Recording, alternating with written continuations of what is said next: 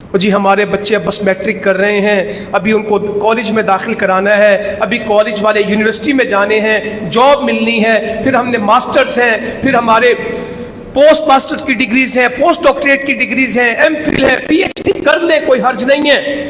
یہ ڈگری بھی بڑی قیمتی ہے اگر مسلمانوں کو کافروں کی غلامی سے نکال دے۔ میری بات سمجھ آ رہی؟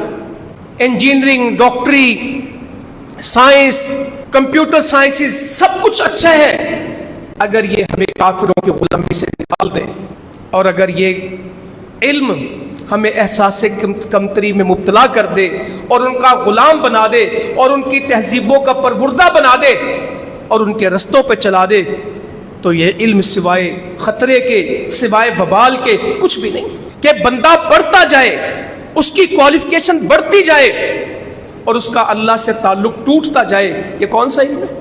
اس کی ڈگریوں کے انبار لگتے جائیں اور قرآن اس کے ہاتھ سے نکل جائے۔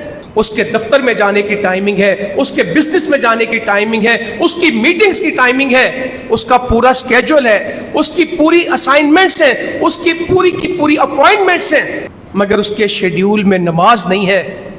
کیسا علم ہے یہ؟